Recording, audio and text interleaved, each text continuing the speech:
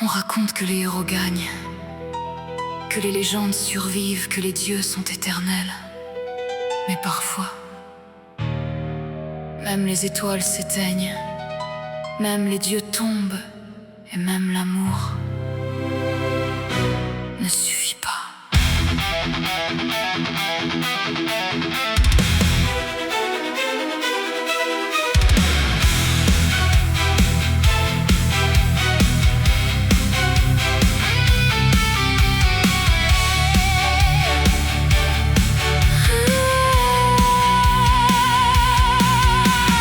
Nous avions enfin trouvé la paix, une maison bâtie sur les ruines du passé.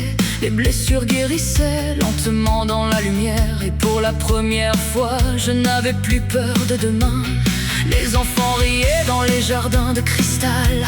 Le monde semblait enfin devenu normal. Après tant de guerres, tant de larmes versées, j'avais commencé à croire que tout était terminé.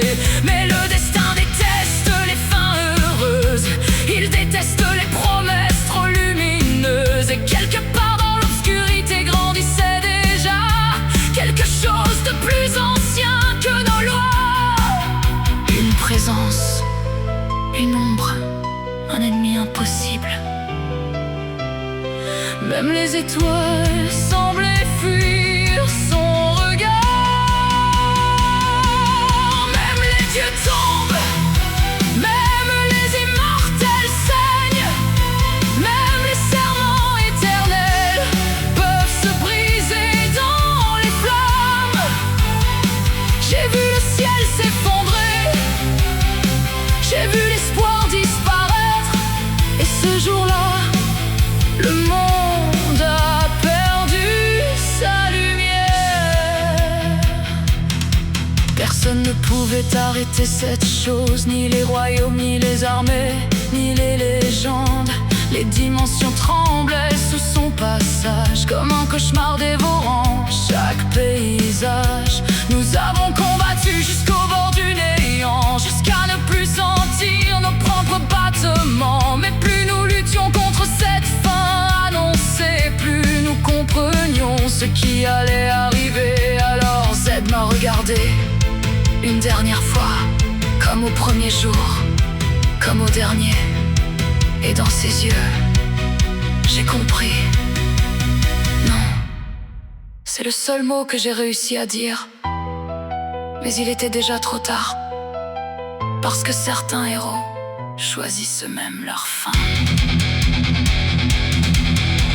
Il s'est avancé là où personne n'osait marcher, là où même les dieux refusaient de regarder. Il a donné son âme, son cœur et son existence pour offrir au monde une dernière chance. Puis le silence brutal, insupportable, comme si l'univers refusait de respirer. Je suis tombé à genoux devant son absence, incapable d'accepter cette évidence. Parce que sans lui, le ciel semblait vide. Sans lui, je n'étais plus complète. Alors j'ai fait mon choix, sans hésiter, sans réfléchir. Parce que certaines personnes valent plus qu'une éternité. Même les dieux tombent, même les immortels saignent, même les cœurs les plus forts finissent parfois par céder. J'ai laissé derrière moi mes enfants, mon royaume, mon avenir, pour rejoindre celui que j'aimais. Puis plus rien, ni lumière, ni douleur, ni temps. Les siècles ont passé sans que je les voie, comme un rêve perdu au fond du froid. Le monde continuait d'avancer sans moi, pendant que mon nom disparaissait peu à peu. Mais le cristal possède une mémoire, une volonté, une histoire. Et quelque part parmi les ruines de l'éternité, des fragments commencèrent à briller. Une poussière lumineuse, un éclat oublié, une molécule, puis 1000, puis davantage.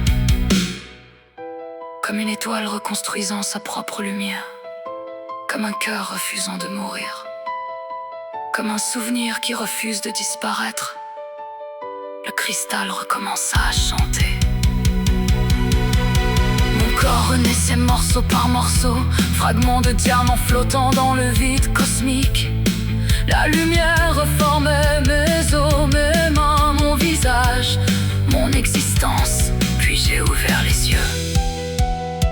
Mais quelque chose manquait, quelque chose d'essentiel. Je regardais le monde sans le reconnaître. Je regardais mon propre passé comme une inconnue. Z n'était plus qu'un nom. Les enfants, des visages effacés, des souvenirs, des ombres impossibles à saisir. Et dans le reflet de cristal, ce n'était plus Kimberly qui apparaissait, mais Gabish, 17 ans, comme au commencement. Même les dieux tombent, mais le cristal ne meurt jamais. Même lorsque tout disparaît, une lumière demeure.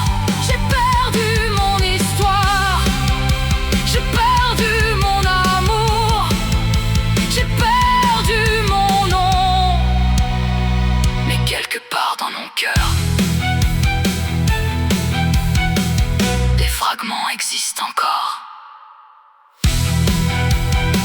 Je suis revenu, mais je ne sais plus pourquoi. Je connais mon visage, mais pas mon histoire. Je connais mon pouvoir, mais pas mon passé. Quelque part, un mari pleurait, des enfants oubliés, une vie entière disparue. Et pourtant, au fond de mon âme, une voix continue de murmurer.